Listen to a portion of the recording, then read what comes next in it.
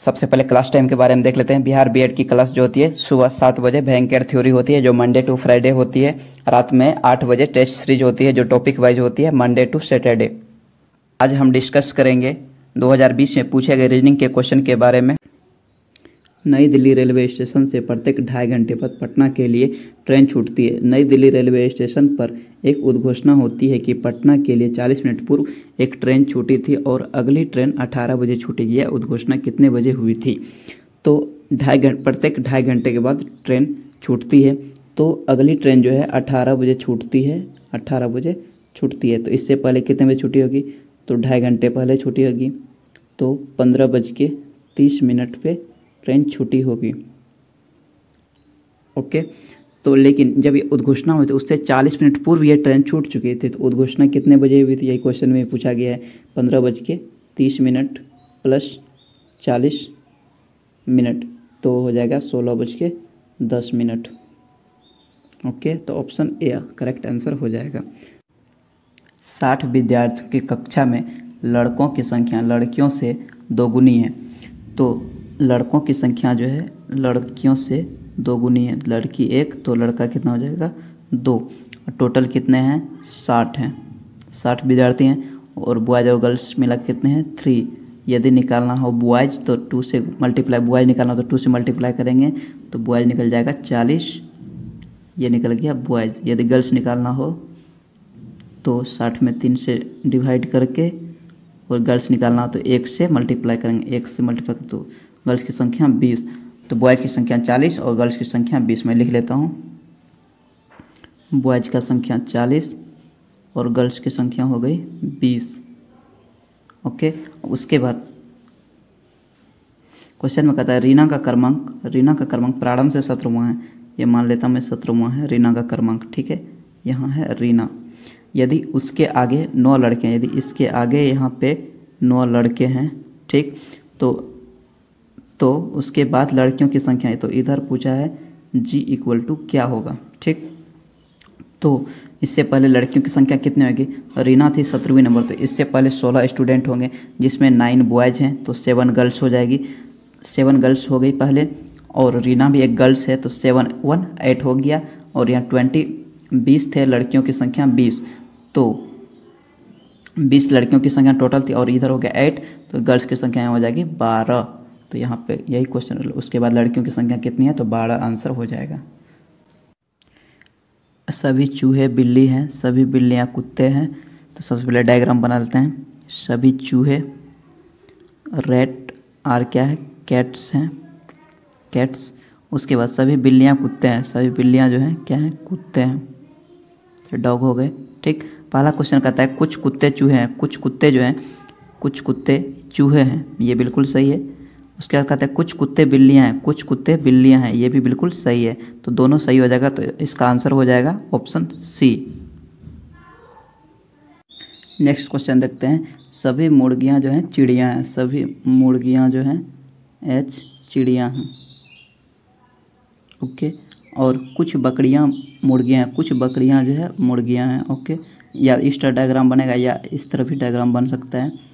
सभी मुर्गियाँ चिड़ियाँ हैं, सभी मुर्गियाँ जो हैं चिड़ियाँ हैं। ओके, और कुछ बकरियाँ जो है मुर्गियाँ, कुछ बकरियाँ ऐसे भी तो हो सकता है डायग्राम। मुर्गियाँ हैं, बकरियाँ हैं, तो गॉट हो गया। ठीक है, अब दोनों में देखना है कौन सा दोनों में, जो दोनों में सही होगा वही सही होगा। तो कुछ बकरियाँ चिड़ियाँ हैं, कुछ बकरियाँ जो है चिड़ियाँ, कुछ बकरियाँ जो है चिड़ियाँ हैं, ये बिल्कुल सही है। और सब इसमें भी देखना है, ये फर्स्ट में देखें, ये सेकंड में देखेंगे, तो इसमें भी कुछ मुर्गियाँ जो बकरियाँ जो हैं, कुछ बकरियाँ चिड़ियाँ हैं, ये भी सही है। उसके बाद सभी मुर्गियाँ चिड़ियाँ हैं ना, सभी मुर्गियाँ चिड़ियाँ, तो इसमें भी नहीं है और इसमें भी नहीं है, तो ये दोनों में गलत है। तो पहला आंसर हो जाएगा, पहला ही सही है। ओके, नेक्स्ट क्वेश्चन कह रहा है कथन में बीमार लोगों को दवा की ज़रूरत है। तो निष्कर्ष में कह रहा है स्वस्थ लोगों को दवा की ज़रूरत नहीं है। बात सही है, वहाँ तो बीमार लोगों को दवा की ज़रूरत है, स्वस्थ लोगों को दवाई की ज़रूरत नहीं है, बिल्कुल सही है। लोग अपने घर में दवा रखते हैं, इसके बारे में कोई जानकारी नहीं है कि लोग अपने घर में दवा रखते हैं या दवा नहीं रखते हैं। तो ओनली वन निष्कर्ष ही सही होगा। 35 का ऑप्शन ए। अब नेक्स्ट क्वेश्चन देखते हैं। हमारे राष्ट्र की बढ़ती जनसंख्या से कई आवश्यक संसाधनों का ह्रास होगा। तो यहाँ बात हो रहा है कि हमारी जो बढ़ती जनसंख्या है उससे जो है कई आवश्यक संसाधन का जो है वो खत्म हो रहा है। तो इस तरह जो है तो भविष्य में इस संसाधन का उपयोग नहीं कर पाएंगे। तो पहला निष्कर्ष कहता है हमारे राष्ट्र की जनसंख्या को नियंत्रित किया जा सकता है। इसके बारे में कोई जानकारी नहीं है कि इसको नियंत्रित किया जा सकता है या नहीं। बात यहाँ है आवश्यक संसाधनों के। तो इसमें दूसरा को पढ़ते हैं निष्कर्ष। राष्ट्र अपने नागरिकों को एक उचित जीवन प्रदान करने में सक्षम नहीं होगा। ये बिल्कुल सही है। यदि इसी तरह ह्रास होते रहेगा, यदि हमारी बढ़ती जनसंख्या के कारण आवश्यक संसाधन का ह्रास होगा तो राष्ट्र अपने नागरिकों को एक उचित जीवन प्रदान करने में सक्षम नहीं होगा। ये बिल्कुल सही बात है। तो ओनली 2 इसका आंसर हो जाएगा। अब नेक्स्ट क्वेश्चन देखते हैं। इसमें कह स्कूल यूनिफॉर्म गरीब माता पिता पर बोझ है, इसका कार्रवाई क्या होना चाहिए? गरीब अभिभावक को स्कूल यूनिफॉर्म खरीदना बंद कर देना चाहिए? ऐसा नहीं है। ऐसा यदि करेंगे तो स्कूल में यूनिफॉर्म तो पहन के जाना ही पड़ता है, तो ऐसा करना बिल्कुल गलत है। ठीक है। और दूसरा पढ़ते हैं। स्कूल यूनिफॉर्म पर स्कूल माली सहायता दे सकते हैं, मतलब स्कूल के जो मालिक होते हैं वो इसको सहायता दे सकते हैं। बिल्कुल सही है। यदि वो इसको सहायता करेंगे तो बच्चे के लिए वो गरीब माता पिता भी स्कूल यूनिफॉर्म देंगे। तो ये बिल्कुल सही बात है, जो कि पहला गलत है। तो केवल कार्रवाई 2 अनुसरण करती है। कह रहा है कथन ग्रामीण क्षेत्रों में स्कूल छोड़ने की दर बहुत अधिक है क्योंकि बच्चे आय अर्जित करने की गतिविधियां अपने माता पिता का सहयोग करते हैं। तो कार्रवाई क्या कहा जा रहा है? माता पिता को शिक्षित करने के लिए प्राथमिक शिक्षा पर जन जागरूक कार्यक्रम का शीघ्र विस्तार किया जाना चाहिए। बात बिल्कुल सही है, क्योंकि ग्रामीण क्षेत्र में स्कूल छोड़ने की दर जो है क्यों अधिक है? क्योंकि बच्चे आय अर्जित करने की गतिविधियां अपने माता पिता के सहयोग करते हैं। जब यदि माता पिता शिक्षित रहेंगे तो वो बच्चे को अपने पढ़ने भेजेंगे। तो इसका जो है प्राथमिक शिक्षा पर जन जागरूक यदि अभियान चलाया जाता है तो वो बिल्कुल सही बात है। यदि सहायता किया जाता है तो बच्चे स्कूल नहीं छोड़ेंगे, तो स्कूल में भी पढ़ेंगे। ठीक है। उसके बाद मुआवजा एक उपाय नहीं है, ये बिल्कुल गलत है। यदि वो क्यों जा रहा है, वो मदद क्यों करने जा रहा है? क्योंकि उसके पास बैलेंस या उसके पास मनी का प्रॉब्लम है, इसलिए तो जा रहा है ना। यदि मुआवजा यदि सरकार की तरफ से दिया जाता है तो वो बच्चे जो हैं स्कूल नहीं छोड़ेंगे और स्कूल में दर भी बढ़ेगा। तो मुआवजा एक उपाय नहीं है। यहाँ कहा जा रहा है उपाय नहीं है, ये बिल्कुल गलत है। यहाँ उपाय यदि मुआवजा यदि दिया जाए तो ये बिल्कुल सही होगा। तो केवल 1 हो जाएगा।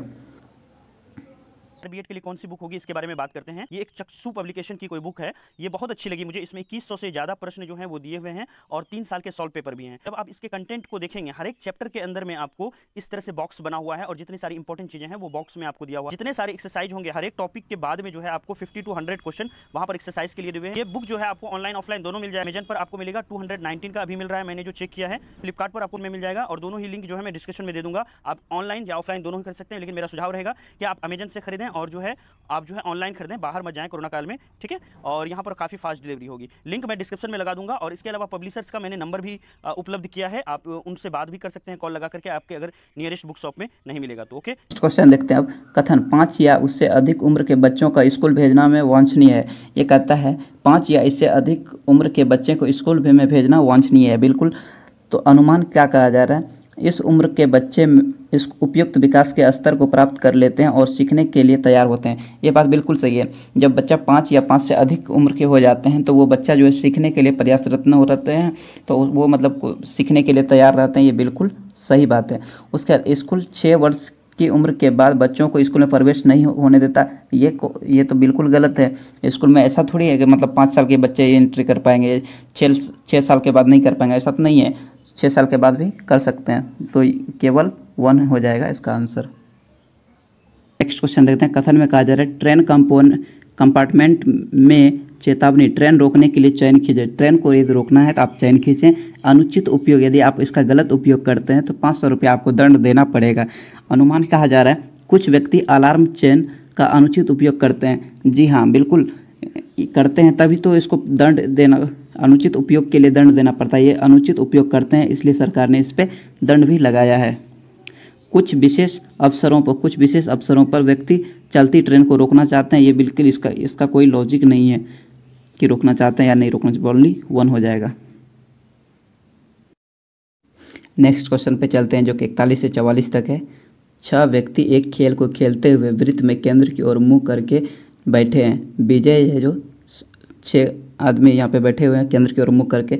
विजय सुधीर के बाईं ओर था, तो सुधीर को हम कहीं पे मान लेते हैं, यहाँ पे मान लेते हैं सुधीर यहाँ पे हो गया, ठीक है। क्योंकि S1 इसलिए लिया क्योंकि सौरभ भी है, वो भी S से आता है, इसलिए उसको S2 मान लेंगे, ठीक है। तो अमर जो है सौरभ और राकेश के बीच में, अमर सौरभ और राकेश के बीच में, तो अमर सौरभ और राकेश के बीच में, इसको ऐसे लिख सकते हैं या तो इसको ऐसे भी लिख सकते हैं, राकेश पहले आ जाए और अमर बीच में रहे और सौरभ बाद में आए, ठीक है। और उसके बाद नेक्स्ट में करता है नीरज अमर के बाईं और दूसरे स्थान पे है, तो नीरज जो है अमर के बाईं और दूसरे स्थान पे, तो यहाँ N हो जाएगा नीरज। और फिर यहाँ पे भी ऐसे हो सकता है, यहाँ तो 2 कंडीशन हो गया, या तो ये या तो ये, तो हम एडजस्ट करते हैं। तो सबसे पहला बोल रहा है विजय जो है सुधीर के बाईं ओर था, तो विजय जब सर्किल में अंदर की तरफ देख रहा है तो इस साइड बाईं साइड होगा, तो यहाँ विजय बैठा हुआ है, यहाँ पे B से डिनोट कर दिया विजय को, ठीक है, ओके। इसके बाद जो है अमर को कहीं पे बैठा देते हैं, अमर को यहाँ पे बैठा देते हैं क्योंकि वो जो है सौरभ और राकेश के बीच में है। यदि यहाँ सौरभ रहेगा तो यहाँ राकेश रहेगा, ओके। और एक कंडीशन है नीरज जो है अमर के बाईं और दूसरे स्थान पर है, नीरज जो है अमर के बाईं ओर, तो इसके बाईं साइड तो इधर होगा, तो यहाँ पे बैठा देते हैं नीरज को बैठा दिए। उसके बाद ठीक, या तो ऐसा भी कंडीशन हो सकता है ना, S और R के जगह पे R और S भी तो हो सकता है, यहाँ पे SR हो जाएगा, यहाँ पे RS हो जाएगा, ठीक है, ओके। अब मैं इसको मिटा देता हूँ इधर का पार्ट।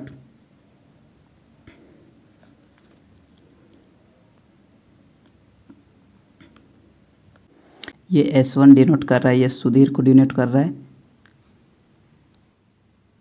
S1 सुधीर को डिनोट कर रहा है, और ये S जो है ये सौरभ को डिनोट कर रहा है, S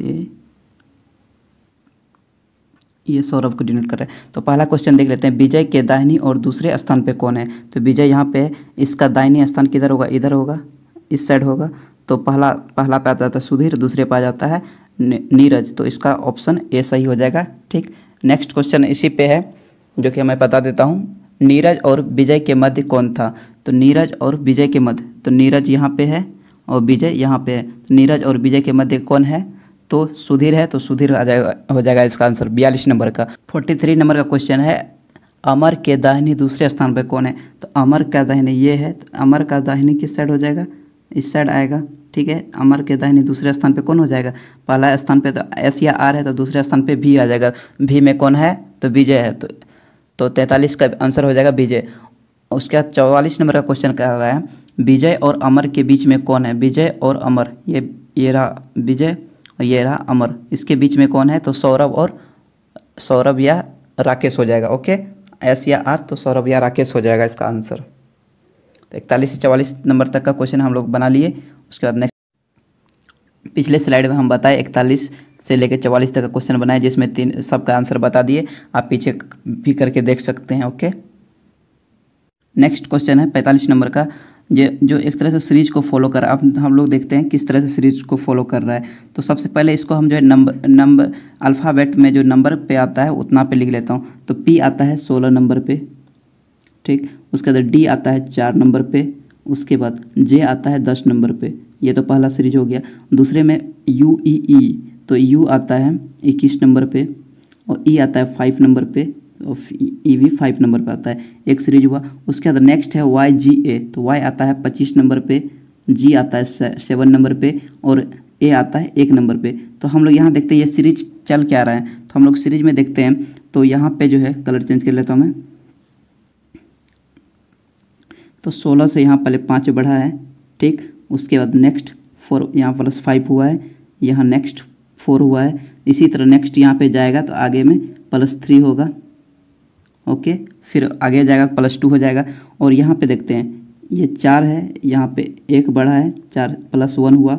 और फिर यहाँ से यहाँ आगे वाला सीरीज में गया तो यहाँ +2 हुआ। तो नेक्स्ट इसी तरह आगे 3 जुटेगा, यहाँ +3 हो जाएगा। ठीक है, इसी तरह नेक्स्ट सीरीज को फॉलो कर रहा है। तो यहाँ पे हम लोग देखते हैं 16 में 5 बढ़ा था 21 हुआ था, और फिर यहाँ 10 था, यहाँ 10 था तो यहाँ 5 हो गया, मतलब 5 घटा है। ठीक है, -5 हुआ है, और यहाँ से 5 है, 5 से 1 जाने में कितना हुआ, फिर -4 हुआ। तो यहाँ पे हुआ था -5 और यहाँ पे हो गया -4। अब नेक्स्ट जो होगा -3 होगा। ओके, -3 होगा। तो अब हम लोग देख लेते हैं।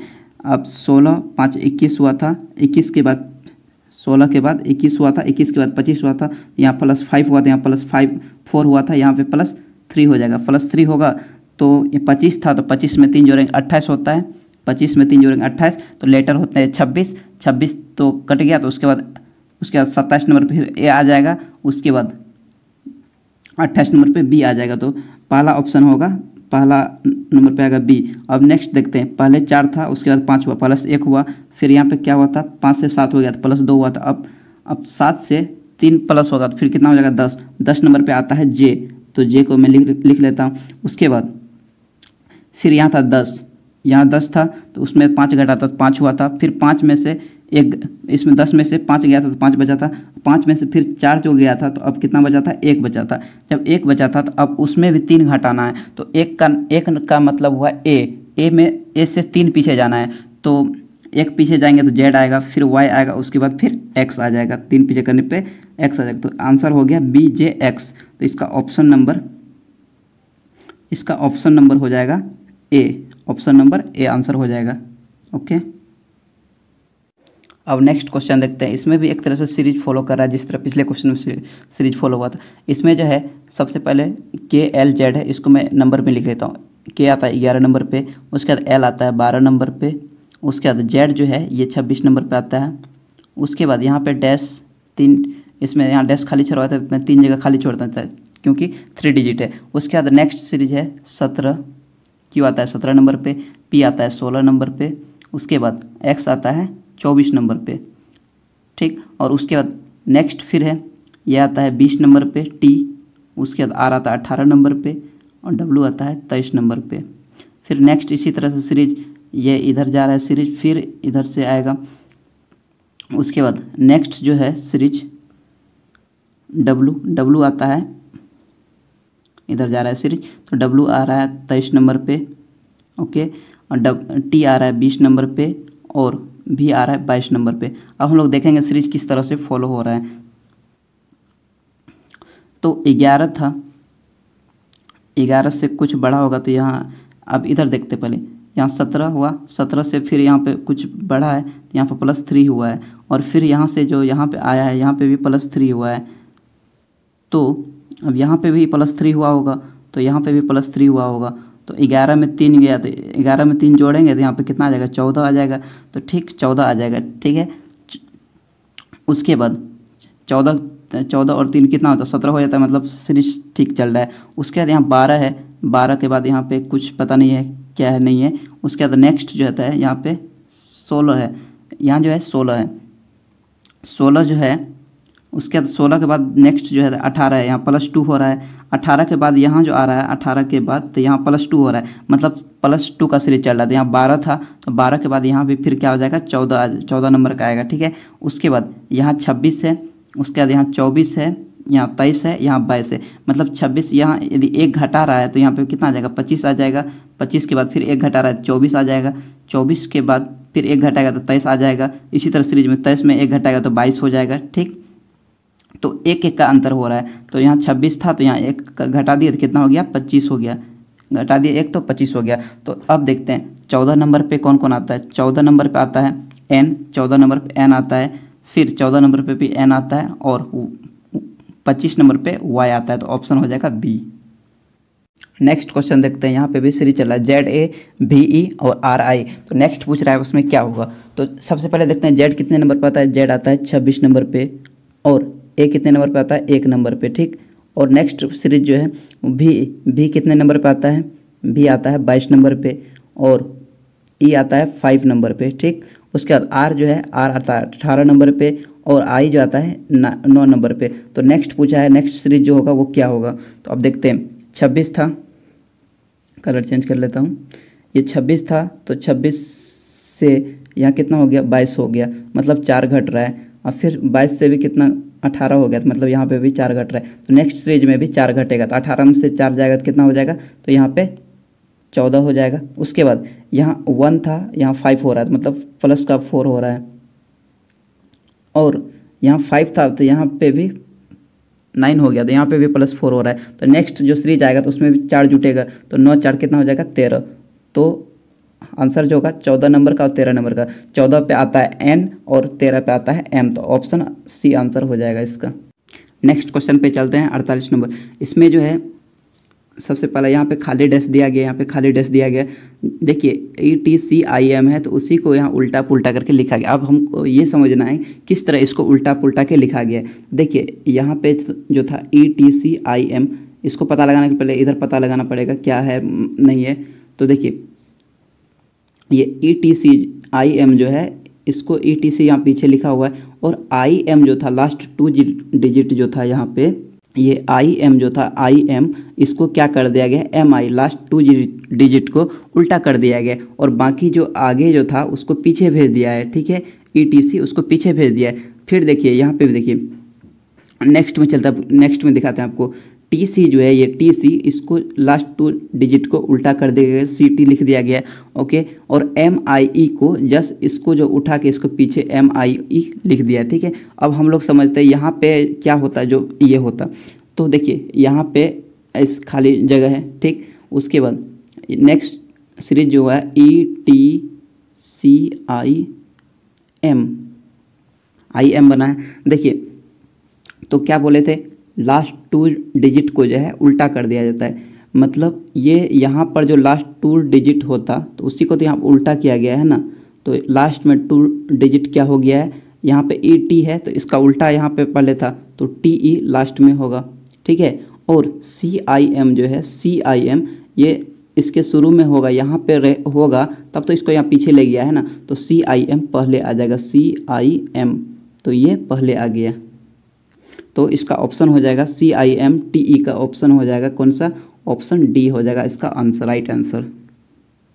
नेक्स्ट क्वेश्चन देखते हैं। इसमें ये देखना है कि ये ऑप्शन ए और ऑप्शन बी एक दूसरे से स्वतंत्र हैं या समान, या स्वतंत्र कारक हैं या समान कारक हैं, यही देखना है। तो पहला ऑप्शन में देखिए, पहला ऑप्शन में है पिछले कुछ दिनों के दौरान फलों की कीमतों में भारी गिरावट आई है। तो फल के कीमत में, ये फल के कीमत में भारी गिरावट आई है।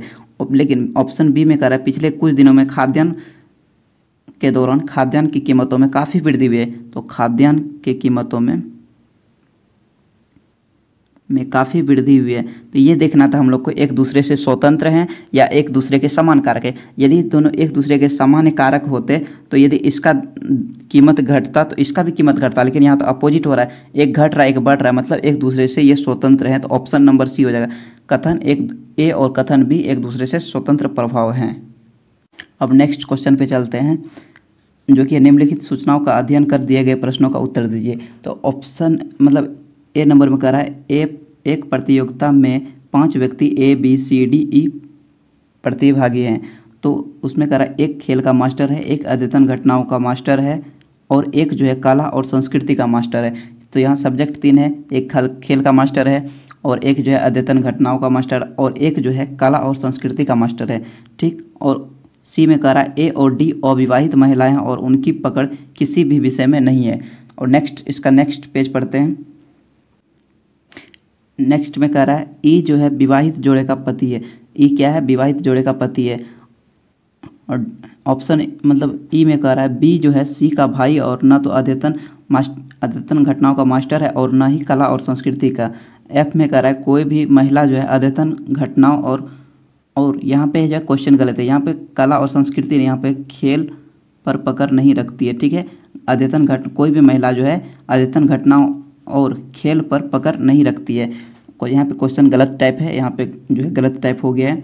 उसके बाद चलते हैं, अब हम लोग बनाते हैं जो इसको बनाना है। तो यहाँ पे 5% थे, ए थे, बी, सी, डी और ई। अब ये देखना है कौन सा किस सब्जेक्ट का है। ठीक है, A B C D E. देखिए सबसे पहला में बोला गया था 5 प्रतिभागी हैं, ठीक है, ABCD मैंने पाँचों को लिख लिया, ठीक। एक जो है खेल का मास्टर है, एक अद्यतन घटनाओं का मास्टर है और एक कला और संस्कृति का मास्टर है। ए और डी जो है अविवाहित महिलाएं हैं, अविवाहित महिलाएं। ए और डी क्या है, महिला है। महिला को माइनस से डिनोट करेंगे और पुरुष को प्लस से डिनोट करेंगे, ठीक है। तो ए और डी जो है अविवाहित महिला और उनकी पकड़ किसी भी विषय में नहीं है, ये किसी भी विषय में इसकी पकड़ नहीं है, ठीक है। डी में बोला गया था ई जो है विवाहित जोड़े का पति है, ई जो है विवाहित जोड़े का पति है। ई के बारे में पता नहीं है कौन, लेकिन पति है विवाहित जोड़े का, तो ई क्या हो गया, प्लस हो जाएगा क्योंकि ये विवाहित जोड़े का पति है। उसके बाद ई में बोला गया था बी जो है सी का भाई है, ई में बोला गया है बी जो है सी का भाई है, बी जो है सी का, बी प्लस हो गया पुरुष है तो सी का भाई है। तो ये जो है न अद्यतन घटनाओं का मास्टर है और न ही कला और संस्कृति का, तो बच गया खेल, तो वो खेल का मास्टर होगा, खेल का मास्टर होगा, ठीक है। यहाँ मैं फिर से लिख देता हूँ, ना ही कला और संस्कृति का मास्टर, तो यहाँ क्या हो जाएगा, ये खेल का मास्टर हो जाएगा, ठीक है। उसके बाद देखिए विवाहित जो यहाँ पे बोला गया था ई जो है विवाहित जोड़े का पति है, तो विवाहित जोड़ा कौन है, ये महिला जो है ये अविवाहित है, ये भी अविवाहित है, ए और डी, तो सी ही होगी जो विवाहित महिला होगी, तो विवाहित महिला भी तो होगी, तो सी महिला हो गई, ठीक है। और कहता है कोई भी महिला अद्यतन घटनाओं, यहाँ पे हमने बोला था अद्यतन घटना और खेल पर पकड़ नहीं रखती है, तो अद्यतन घटना और खेल पर पकड़ नहीं रखते, तो हम लोग के पास क्या बच गया, कला और संस्कृति, तो यहाँ पे हो जाएगा, यहाँ पे सी कला और संस्कृति हो जाएगा, कला एंड संस्कृति हो जाएगा, ठीक है। उसके बाद ई बच गया, ई जो है तो खेल भी हो गया, कला और संस्कृति भी हो गया, अब बच गया अद्यतन घटना, तो ई जो है यह अद्यतन घटनाएं हो जाएगी, अद्यतन घटनाएं, ठीक है। क्वेश्चन कह रहा है अद्यतन घटनाओं का मास्टर कौन है, अद्यतन घटनाओं का मास्टर क्या कौन हो जाएगा, ई हो जाएगा, ठीक है। उसके बाद खेल का मास्टर कौन है, नेक्स्ट क्वेश्चन है 51 नंबर का, खेल का मास्टर कौन है, तो खेल का मास्टर कौन है, तो बी है, ठीक है। उसके बाद कला और संस्कृति का मास्टर कौन है, कला और संस्कृति का मास्टर कौन हो जाएगा, सी हो जाएगा। उसके बाद ई की पत्नी कौन है, ई की पत्नी कौन है, तो ई की पत्नी, ई तो विवाहित जोड़ा था तो इसकी पत्नी कौन हो गई, सी, तभी तो मतलब विवाहित जोड़े का पति था, तो एक महिला जो है इसका शादी नहीं हुई, विवाहित महिला और विवाहित महिला थी ए और डी, तो बी तो विवाहित महिला थी, तो ई की पत्नी कौन है, तो ई की पत्नी सी हो जाएगी, ठीक है। तो पहला क्वेश्चन था अद्यतन घटनाओं का मास्टर कौन है, तो ई हो गया था मास्टर। खेल का मास्टर कौन था, खेल का मास्टर बी हो गया था। कला और संस्कृति का मास्टर कौन है, तो कला और संस्कृति का मास्टर बताए सी हो गया। ई की पत्नी कौन थी, तो ई की पत्नी सी थी, ओके। अब नेक्स्ट क्वेश्चन पे चलते हैं। नेक्स्ट क्वेश्चन देखते हैं। एक में कहता है बेरी एक विषाणु जनित संक्रमण है और आर में कह रहा है विटामिन की कमी से बीमारियां होती है। तो बेरी एक विषाणु जनित संक्रमण नहीं है, ये है बेरी जो है विटामिन बी की कमी से होती है, विटामिन बी की कमी से बेरी रोग होती है, ठीक है। तो यहाँ वायरस जनित रोग नहीं होगा, जो विषाणु जनित संक्रमण है ये नहीं है, ये विटामिन की कमी से रोग होते हैं। तो यहाँ कह रहा है विटामिन की कमी से बीमारियाँ होती है, बिल्कुल सही बात है, ठीक है। तो यहाँ पे जो है ए गलत है लेकिन आर सत्य है, तो ऑप्शन नंबर डी हो जाएगा। अब नेक्स्ट क्वेश्चन पे चलते हैं।